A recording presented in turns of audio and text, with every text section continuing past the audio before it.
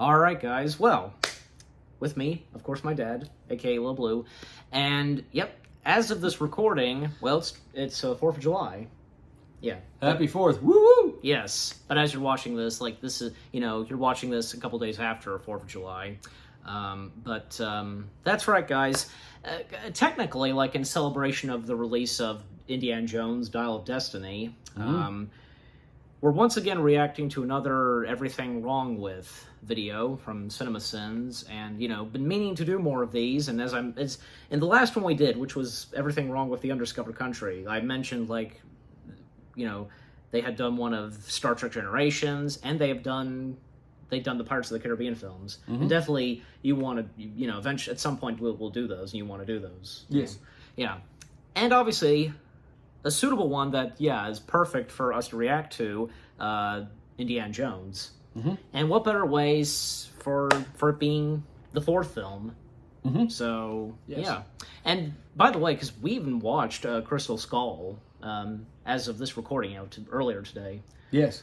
It seemed kind of fitting to watch an Indiana Jones film on the day of 4th of July.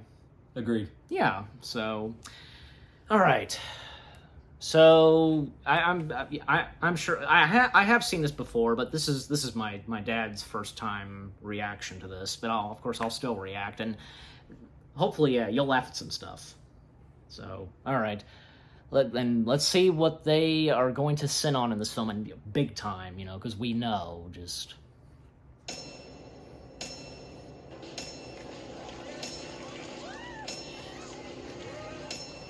Of course, spoilers. Mountains into molehills. Story by George Lucas. Russian dude throws out Indiana's hat so the audience can squeal with delight that Indiana Jones has made his arrival. Flensburg, there's twice as many. Indy makes a casual reference to an adventure that would easily have made a better movie than this one. I know they shot their way onto the base, but is the rest of the base completely deserted? No one's gonna ask any questions about the prisoners held at gunpoint or all the dead soldiers out at the gate? It's a good point. I am from. Oscar-winning actress reduced to a cartoon accent. All the mystery of the warehouse from Raiders of the Lost Ark vanished.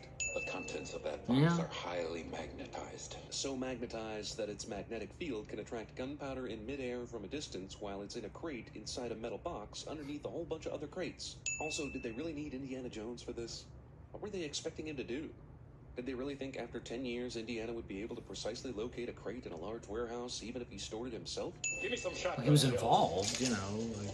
Pliers. Old Indiana Jones is really more MacGyver than Indiana Jones. These crowbars amusingly stick to the metal container right after they open the crate, but if this alien box is as magnetized as they say, they should have had trouble before that. What? Now the metal light fixtures are affected by the box? Because the plywood shipping crate was dense enough to keep the magnets from being strong enough before? Why, Mac? Indiana Jones gets betrayed by someone who's pretending to be his friend cliché. Damn, I thought that was closer. Russian soldier guys don't immediately start killing Indy so that he can deliver this wisecrack. Hey, that looks like the same arc from the first movie. Why aren't the lights And it follow is. the magnetic thing in the car Indy's driving? Nobody does terrible aim like Indiana Jones bad guys. Just like stormtroopers in Star Wars. There you go, there you go. You can't see through it, it's totally pointless. Never construct a secret military supercar launching facility so that the supercar can be launched by someone falling onto the console. Also, here's yet another part of this military base that's Actually, it's a completely rocket deserted. sled. The supercar is cool and all, but I'm dying to know what the local prairie dogs might be up to. Well, look at that. I spoke too soon. I don't know if these things are groundhogs or prairie dogs or gophers, but we're expecting 6 more weeks of winter anyway. Apparently They're this prairie thing's only dogs. magnetized when Indiana Jones needs to find it in some convoluted way. Everything about the house is fake. The people aren't real, the water lines don't work, but the electricity does, and the TV antenna, and it's turned to howdy doody. Indy is too stupid to spot an obvious nuclear testing town, but smart enough to know in a matter of 10 seconds that a lead-lined fridge would protect him from a nuclear blast. Also, everyone who has ever watched this movie has already dinged this. The only thing that gets thrown by the bomb is the fridge, and it perfectly flies over the bad guy's car. Let's not forget, even if he survived the blast, this probably should have killed him too. Indy, meet this prairie dog. Prairie dog, meet Indy. One of you is the star of this movie. I'm just sure of it. Even if he survived the nuclear blast and ensuing bouncing flight across the desert, why the f wouldn't he die from radiation poisoning after Like getting he out of the said. fridge so close to the blast site? Look how close he is to the mushroom cloud. Face it, Indiana Jones is dead. Don't believe me? Just keep watching this movie. Just pretend the guy in the suit is a lady, Indy.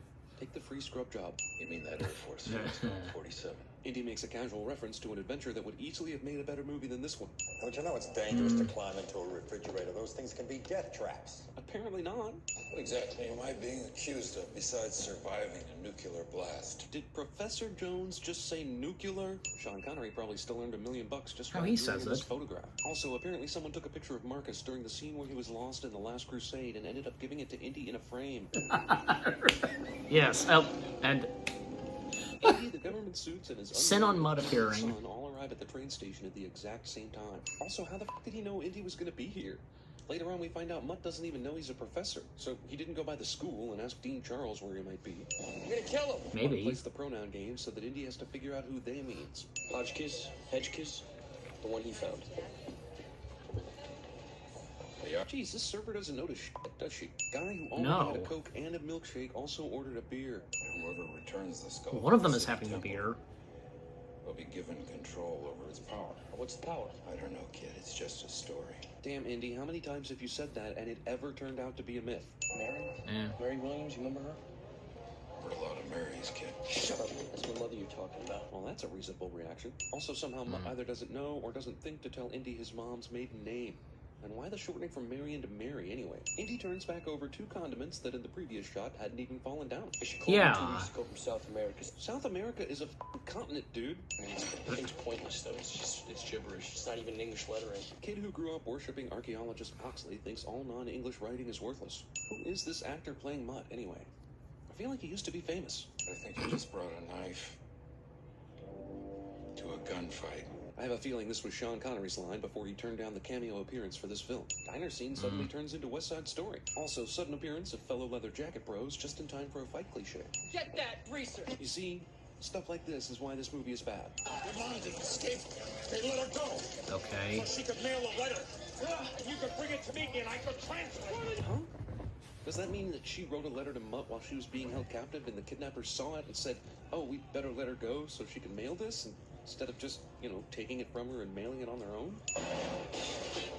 What? Everyone is walking through the library like they don't hear a guy riding a motorcycle through it. I mean, don't you clear out as soon as you see some shit like this? This is the first of the Wilhelm clan to go to college, I believe. Excuse me, Dr. Jones. Steven Spielberg tries his hand at directing a Zucker Brothers film. The Russians are looking for me to kidnap me, so let's go back to my apartment, where I live, where it's a matter of public record that I call that place my residence. Let's go there. Mutt combs his hair in this movie so many times the continuity person on this movie started to lose track. Nobody speaks it. Hasn't been heard aloud in 3,000 years. Might be able to read a bit, though, if I walk it through Mayan first. Those 2 languages are not related. Indiana Jones movie rips off the traveling by map thing from Raiders of the Lost Ark. No, it doesn't. Technically, I was kidnapped. Indy makes a casual reference to an adventure that would have easily That's a made a better signature movie part than of this the one. franchise. All tiny dirt road villages in South America have sanitariums. This fan must have been turned on today after not being in use for 10 years. Great. Of course. Oriana wasn't born in Peru. He was born in Spain. Why didn't Indiana make this connection before? He translated this letter in the States and should have known immediately that the word didn't mean birthplace for this very reason. Ox didn't mean Oriana's birthplace. Oxley left a lot of things to chance for people to find it. He wrote a riddle in a dead language that had to be walked through Mayan to be translated. He carved a picture of a cemetery in his cell, a cell they only found because Indy speaks some language that, oh my god, Pancho Villa's guys apparently taught him. It would have been amazing if Oxley could have found himself. He's been wrapped up for 500 years. Indy rounds 400 years to 500. Is this one open already? Hey, I need a line that points out to the audience that this one's already open. Just in case they can't tell by looking. Once again, none of the other metal things in the general vicinity of this dead guy are being pulled toward his chest plate. Mutt's knife even waits several seconds before being affected by this thing. Magnets! How do they work? Maybe the Spaniards found the skull along with all this other loot. Maybe the Indians caught up with him or that. Good archaeology always leans heavily on speculation. He put it back where he found it. Why? I don't know, but we should definitely do the opposite. Bad guys lock up Indy in a gynecology chair. Also, where's all this electricity coming from out here in the middle of the Amazon? I mean, generators, sure, but damn. How many generators for this tent alone? Ukraine girl turns the dial from straight up to the next notch on the right, but it's already in that position in the previous shot. It was not made by human hands. Who made it then? Come on. Indy's reaction is exactly what the filmmakers should have thought before making this movie. Indiana Jones. See? See this? You'll like this movie because we just referenced this other movie, right? Auto writing. I should have seen this. Yes, you should have. He was obviously moving his hand in a writing motion. Henry Jones III. Mutt's last name is Williams, so he's Henry Williams the First, technically. He grabbed the rope! Grab the rope! Indy is a 5-year-old. This would have torn the snake in half. Yep. Good work, Ox. Thanks. Honestly, did the Russians actually need Crazy Ox telling them where everybody was? They were all yelling in the quicksand, so they should have found everyone pretty easily. We interrupt the Yeah. Indiana Jones sequel to bring you Avatar. The Russians decide not to learn their lesson and just throw away Indy's whip already. You vanish after that. Vanish? Where could Indy vanish? In Raiders, the year is 1936. At Temple of Doom, it's 1935 for some reason. And in The Last Crusade, it's 1938. And he's banging that Elsa chick in The Last Crusade. So in 1937, Indy and Marion must have had an everyday normal relationship where Indy introduced her to his friends, including Oxley. In all those years, Indy is still a professor at Marshall College. He couldn't have gone anywhere for a long time, at least not by the context clues of the other films. Doesn't the driver hear all this commotion in the back? It's not like there's a solid wall between him and the passengers. Also, aren't there other vehicles behind them that could see this? I don't Yep, think so. There is. And of course, they didn't find his knife and confiscate it. Why would they? Oh, so wait, there's no one behind them? Look, either there is or there isn't cars behind them. Either way, it's dumb to have your valuable prisoners, especially someone as sneaky as Indiana Jones, riding in the back of a convoy. Okay, I have no idea where everything is in relation to each other now. This anti-Greenpeace tank was at the very front of the convoy, destroying trees. Indy's bazooka shot hits it on its side. How he hit it at that angle, we'll never know. Now, if something comes off the tank and hits this truck and bounces over 2 other vehicles, Indy and crew are way in the back here. Wherever he shot this thing, he's in no position to do so. And what the fuck is going on? A boat car? We better swap this truck for that boat car. No telling when that might come in handy. What are they shooting at? It's a good thing Mutt told us he was good at fencing earlier. I'm glad that paid off randomly here. Great, we're gonna see Mutt do some sword fighting, but couldn't he use that gun that's on the front of this thing? Are we still on the road that was created by the rainforest killing machine? Falco Mutt's on the does. hood here, but finds himself in the backseat in the very next shot. Am I wrong, or could the driver move slightly to the right and this fight would be over? Also, Mutt is about to run right into a tree. There's really no stopping it, but right after Indy hits the Russian car, the tree becomes a non-factor, and the movie does the cute little Mutt and Spalco switch cars stunt. Come on, this dude should have been knocked out after 1 hit. The skull's amazing, remember? Yeah, Also, Skull somehow I don't loses know. its magnetic properties again. Oh well. Indy's car behind is like 50 yards behind in this shot, but then magically only 10 feet behind when Mutt falls. Mutt falls backwards and flails wildly, but the skull is somehow thrown forward enough for Spalco to catch it easily. What are you looking at, Daddy-O? Dude, the f***ing gun! You're propped up against the solution to this problem. I miss Stan Winston. We interrupt this Indiana Jones sequel to We bring all you a do. game of Pitfall. Mutt just caught up to speeding vehicles by swinging on vines. Also, the monkeys of the Amazon are anti-communist by nature. None of these people died when the car was run over. Big damn ants, go! Big damn ants. Where the f*** have these guys been all this time? How did they know to drive here? I'm starting to think these guys are using blanks. If ants that could eat you this quickly actually existed, I'm pretty sure South America would be completely uninhabited. Thank God the killer ants have carved 2 separate paths around this fistfight so that Indy doesn't get eaten. I mean, I know Ox took out the skull and the ants scattered around him, but why did they continue to separate well after passing the skull? Here's a perfect opportunity to cut the ropes and Because kill all the they bad did. guys. Soon to be wasted. Mutt, slow down! This guy calls Mutt's mom, Mom. That's the idea. Bad idea. You hear that, Mom? Trust me. Okay, so Marion saw this tree a Well, few minutes he didn't ago. call her mom, he called her Actually thought ma'am. to herself, yeah, this It's just is how the he best says it, vehicle like- I know, goes exactly. It's completely in the mom. water. Mom! Yeah. Reality. This boat car somehow travels 100 yards in the time it takes the tree to snap back up to the top. This kind of kills people. What the actual f***? Okay, so It remember how they depends. got in here. They pulled these rocks out, the sand came out, and this bullshit happened, and they fell down into the place. So this should only have to ever be done once. Because who's going to fill all that sand back up and replace all the stones that keep the sand in? Yet there are dead adventurers on spikes down here, who apparently got this far before. Who's in charge of getting all the columns back into place and the sand refills? Magnetic, and now all the gold has lost interest in being attracted to this skull, and the other coins that were moving, I guess, gave up. Guy who stole treasure ends up dying over it, cliche. Thanks for putting that skull back on my body. Now, f*** you. Also, how did the skull get torn Pretty out of the much. head in the first place? The aliens have a hive mind and all this power, and someone walked into the chamber. How would a puny human be able to get close enough to cut the head off an interstellar being such as this? Then steal it, then leave the pyramid. I mean, did the whole thing with the sand and the booby-trapping stairway and the chamber you can only get into by sticking a crystal skull in it get built after the skull was stolen? And what the f*** for? To make it harder to put the skull back on the alien? Who the f*** did what and when in this story? Alien Spaceship Palace has a built-in mechanism to shoot wandering humans out of harm's way before liftoff.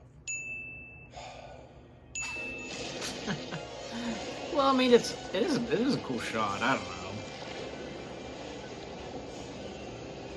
Man, so much bullshit just happened, I think the dinger might have broken. They're treasure wasn't gold, it was knowledge. And also that load of gold that was down there. No, what? Oh! Oh, thank God. Sentence. So you're firing me. A leave of absence is all. And now here comes, like, the bloopers. Blooper reel. Meet Flower. She's the leader of a 29-strong family of meerkats. West Side Story.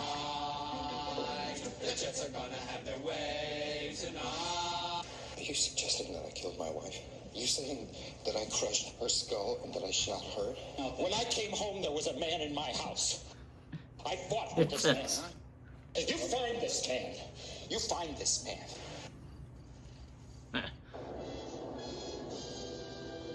It's an old YouTube video, Dramatic Chipmunk. Lord of the Rings.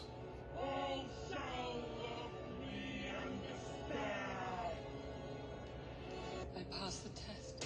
And we were threatened with treason if we ever talked about it. So you tell me, what was in the box? What's in the f***ing box?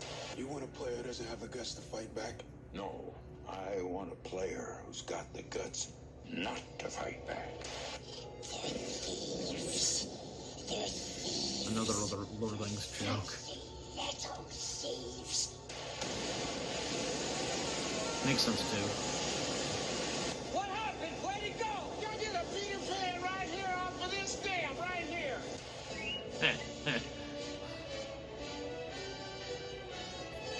Star Wars.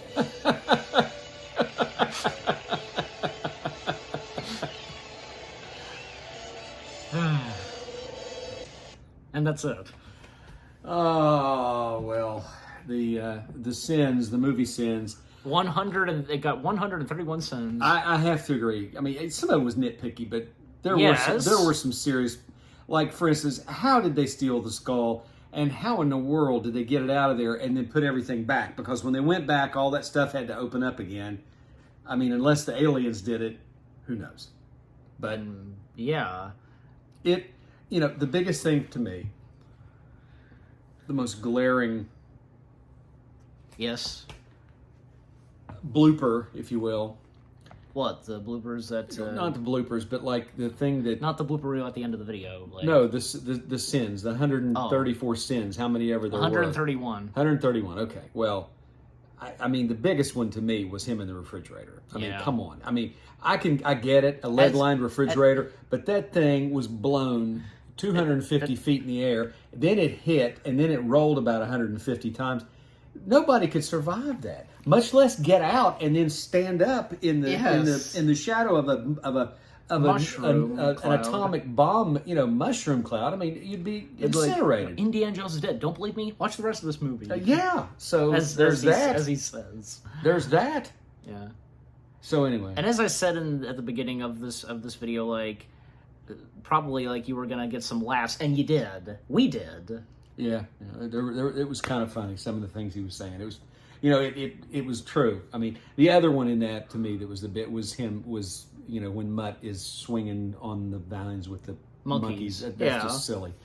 But that's just me. So, I still love the movie. Yes. Still loved like, it. It's Indiana Jones. Why wouldn't you love it, Yeah. With its cliches and stuff to, like, nitpicking stuff, and it's still good. Yeah, it is. And it's still one of your top favorite films in the franchise. It is. It's one of my favorites. I like the theme, the whole theme. It was good. Granted, they could have done a better alien-themed Indiana Jones that's centered around Roswell. Yeah. But they chose not to do it. I mean, Roswell's mentioned, but it's not. It's just like it's just a mention, Just a small mention, basically. Yeah, it is. Yeah. And if, if only, like, Steven would have went along with them just being full-blown aliens, instead of, them being, like, interdimensional beings, as they're called. Yeah, I don't know what his hang-up was with that. Because I really don't. he had done enough alien films. Well, okay, but, people like alien films, so there's that. Yeah. Give the audience what it wants. And especially, according to Spielberg, because when they were thinking about doing a fourth one, and when George had the idea of aliens, well, at the time, Independence Day had come out, and Spielberg told George that let's face it, we can't do Aliens since that film came out, stuff like that. Exactly. So it was during that, and that's when George got the idea of doing Interdimensional, like his way of just still trying to do something alien, because George wanted to do Aliens. Yeah, well, he knows aliens sell. They do. You give the audience what they want. Yeah, aliens. it doesn't hurt. It seems to fit well, right? With Indiana Jones, solving something that has to do with aliens. Yes, exactly. Yeah. So, and besides, the idea of taking the genre of Earth versus flying saucers, those alien movies from the 1950s, stuff like that, as George described. Sure. So, overall, I don't know. Eventually, with how this turned out with the whole interdimensional beings, it's an interesting thing, and okay, these beings, they obviously come from a different dimension, so right. Yeah. And some of the laughs you got, and that they pointed out, still pretty funny. Yeah. And the bloopers at the end, meant The Fugitive and Star Wars, and those were funny. Yeah, those were funny. And they make sense. They do. Exactly. They fit. They do fit. So, yeah, but that was good. Hopefully, we'll probably react to more. Obviously, we're going to react to more of the Cinema Sins videos. Everything Wrong With, again, Star Trek and Pirates of the Caribbean, and probably should do the other Indiana Jones. Not to mention, actually, recently, because they came out with Everything Wrong With Last Crusade. Yeah. So, boy, can't wait to see what they have to say on that. Yeah. But, look, from time to sometimes they would remove sins, this scene is so awesome, we're removing, 1 or 5 sins off for this. Stuff like that. So, there's that, and, we'll just have to wait and see, any other, Cinema Sin video that we do, and any movie that, you like so well, I don't know, I'm not sure if I've done this already, one of your favorite movies, The Right Stuff. Yeah, The Right Stuff. There's going to be errors in that, I'm sure. Whoever does it, the guy that does it, he's going to have to check his. Yeah, he's going to have to check his history, because there are some things in there that they got slightly wrong. That you've noticed? Yeah, off the top of my head, the Right Stuff series that was on Disney Plus, I think about 3 years ago. There were a lot of glaring errors in that. It's no wonder that show didn't get renewed. It got canceled. It got canceled mid-season, which was sad because it had potential. But if only they could have done something like what the movie did. They had John Glenn Jr. painted as a narcissist, man, and he was not a narcissist at all. He was just they had him painted as whoever did that. They obviously had it in for John Glenn Jr. because it was awful, and they showed how they were picked. That they did it by secret ballot. Who they thought should fly the first flight. The astronauts didn't vote on who should fly. The Kennedy Space Center, Cape Kennedy, they picked, the administrators, the ones who were over the astronauts. They're the ones who picked who was going to go up first, and just came in and told them, said, "Okay, here's the lineup." That's how it was done. It wasn't done by any secret ballot or anything. It was very unceremoniously done the way they did it. So. But anyway, I'm going down a rabbit hole. I know. It's we go from Indiana Jones to this. Yeah, sorry about that. But I remember there were a lot of glaring errors in that series. It was a very short-lived series called The Right Stuff. It was actually Nat Geo, but it was on the Disney Plus channel. I was thinking about if you were talking about the movie. Wasn't there anything in the movie that I can't think of any off the top There's of always my head. There's always got to be something in a movie, even if it's so good. I don't know, just Yeah, there was one where and this really did happen before Chuck Yeager flew the X-1 and broke the sound barrier. His horse threw him and he broke a couple of ribs, so he had to fake it, and he flew the he flew the X-1 anyway and broke the sound barrier with 2 broken ribs. He didn't tell anybody, because if he had told anybody, he would have he would have ended up being Yeah. pulled from the flight because he wanted to do this. He wanted to do it. So at the end, after he makes the flight, you see him standing on this Jeep as the X-1's being pulled back to the hangar. Is this And in he's- the movie we're talking about? This is in the movie. And he's Okay. standing there and he's doing this with his hand, and it was the same arm that he had broken 2 ribs, and he would not have been able to have done that with broken ribs. He would have been screaming in pain. There's that. So I saw that in the movie, and I'm like, oh, come on now, get it right. But off the top of my head, I can't think of. There were plenty of others, but I can't. But it's just how they somehow when they from the book to the movie, sometimes things get changed. Yeah, but Stephen King wasn't satisfied with The Shining. Yeah, but look, it's got to be changes that make sense. Exactly. Yeah. It can't be just artistic license that they take. I mean, if you see the movie Bohemian Rhapsody, oh my gosh, there are are so many. I mean, but Freddie Mercury telling the band that he had AIDS before Live Aid happened. That didn't happen. And how he was informed about Live Aid. Yeah, he didn't even. It was a phone call. It was a phone call to Brian May. Brian and Freddie were on vacation, and Brian passed the phone to Freddie. And Bob Geldof, who headed Live Aid, told him, he said, "You're doing this. You're doing this." He just told him, "You're doing it." And they did. And they did. And they made history. Yeah, they made history. Probably the greatest live performance ever. I mean, everything to Live Aid made history. It did, but Queen they stole the show. Everybody has they were the top. They were absolutely the top best performance at that concert. Right, and they took it very seriously. I mean, they went into rehearsals. They rehearsed heavily before they did that performance. So they were polished and they were ready to go. Because they were singing a chunk of their songs. And Freddie sang against his doctor's better judgment, because his doctor told him he shouldn't do it because he was having a throat issue at the time. But he did it anyway. Because he loved what he did. And you couldn't tell he had a throat issue at all. So no. But anyway. even though Bohemian Rhapsody, as you said, it has so many changes, but you know what? It was still good. It was. Yeah, it was. It was a very, very good movie. Very well done.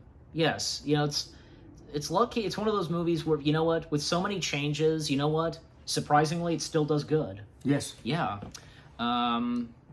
Even say I could think of another biopic film, Mr. Banks. There were a couple of changes to that. So, Walt Disney, in the movie he traveled to meet with Pamela Travels to convince her. That did not happen. Walt Disney called her on the phone. Mm-hmm. That's what happened. So so same thing with Bohemian Rhapsody, because Freddie was informed on the phone about Live Aid, as you said. He was told, you're doing this. Right. So there's that. But Jim Beach, their manager, didn't even know when it was announced, when the acts were announced on BBC Radio, of the acts when Queen was announced. Jim Beach called and said, "What are you announcing Queen for?" And he said, "Well, for this Live Aid." He said, "What's that?" He didn't even know anything about it. And he said, "You better not announce Queen." Queen had already been announced, so it was too late. But yeah, that whole thing was played out much differently in the movie, and I don't know why they did that. I don't know why they didn't do it the way it actually happened. But Brian May and Roger Taylor, they had some control over that, so they must have approved it for whatever reason. Maybe it flowed better. Maybe they decided that it flowed better to tell the story that way. But that's not how it happened. Yeah, that's true. That's true. Anyway, but jumping back once more to Cinema Sins and Indiana Jones. Yes. Well, obviously, sometime very later, we're going to see Everything Wrong with Dial of Destiny. Yeah, we'll see it, and I'm sure there's going to be errors in it, But who cares? It's Indiana Jones. You just go along for the ride. It's a fun movie to watch. And besides, with it coming out, it's been getting very mixed reviews, mixed feelings. I don't care. I mean, I don't care either. I'm going to go see it. I'll either. make up my own mind, because 99% of the time I don't agree with the critics anyway. I'm just going to enjoy it. That's what they get paid to do. They get paid to criticize and to nitpick. So I'm not one of those. I'm going to go see it. I'm going to enjoy it, and that's that, because it's Indiana Jones. Exactly. I think I remember hearing something like this. It's dude, these fancy critics did they see the right movie? If you know what I'm saying. Yeah, I know what you're saying. I've heard this before. Yeah. Yeah. Anyway. But with all that being said, guys, We hope you've enjoyed our reaction to Everything Wrong with Indiana Jones and the Kingdom of the Crystal Skull. Again, what'd you think about it? It was funny. Yep. It was funny. Yeah, I agreed with some of them, not all of them, but I agreed with some of them. Yes, as we said, we still enjoyed the film. We did. And, look forward to reacting to a lot more, again, Star Trek, Pirates, and the rest of the Indiana Jones films that they sent on, and until they do a Dial of Destiny one. So, they do one of Dial of Destiny, I mean. Any last words? I must be off. He says that for me. We hope you've enjoyed our reaction, again, to Everything Wrong with Indiana Jones and the Kingdom of the Crystal Skull. More reaction videos coming your way. They're going to be awesome. Keep looking forward. And we'll see you guys in the next video / reaction. Take care. Peace out. And again, as we record this, happy 4th of July to you all. Yes.